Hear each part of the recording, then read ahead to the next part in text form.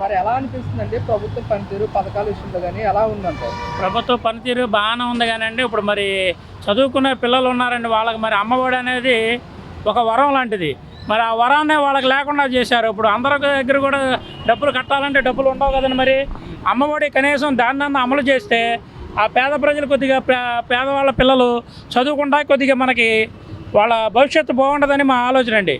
మీరు ఏ పథకాలు ఇచ్చినా ఇవ్వకపోయినా అమ్మఒడి కంపల్సరీగా ఇవ్వాలి.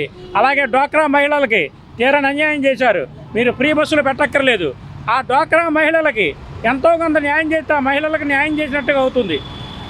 ఈ విధంగా ఉందండి ప్రస్తుత పరిస్థితి. మీరు ఏమీ ఇవ్వక్కర్లా, అమ్మఒడి ఈ పిల్లలకి ఇవ్వాలి, కంపల్సరీ ఇవ్వాలండి. జూన్ 12న 4 పథకాలు ఇస్తామంటుంది కూటమి ప్రభుత్వం. అది పెట్టేదాకా మనం చెప్పలేమండి. పెడతాం పెడతాం పెడతాం అంటున్నారు.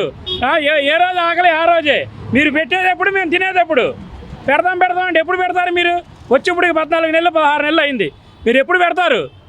ఎప్పుడు ఇస్తారు? మీరు ఏం వాగ్దానాలు చేసి వచ్చారు? మీరు ఏం వాగ్దానాలు చేసి అధికారంలోకి వచ్చారు? మాట్లాడితే వైన్స్ తెరవడం, పొద్దున్నే సాయంత్రం దాకా వైన్స్ వాళ్ళు తాగడం తోలడం, ఇదే పని అయిపోతుంది. ఈ సంపాదించిందంతా ఆ వైన్స్ కాడ అయిపోతుంది. వాళ్ళేమో ఆడవాళ్ళ నాన్న బాధలు పడుతున్నారు. ఆడవాళ్ళ గురించి పట్టించుకునే వాళ్ళు లేడు. ఈ తాగిన ఈ కష్టపడిన కష్టమంతా ఆ వైన్స్ కాడ కడుతున్నాడు వాడు. ఈ విధంగా ఉందండి ప్రభుత్వం పనితీరు. ఏ విధంగా చెప్పాలో కూడా అర్థం కావట్లేదు.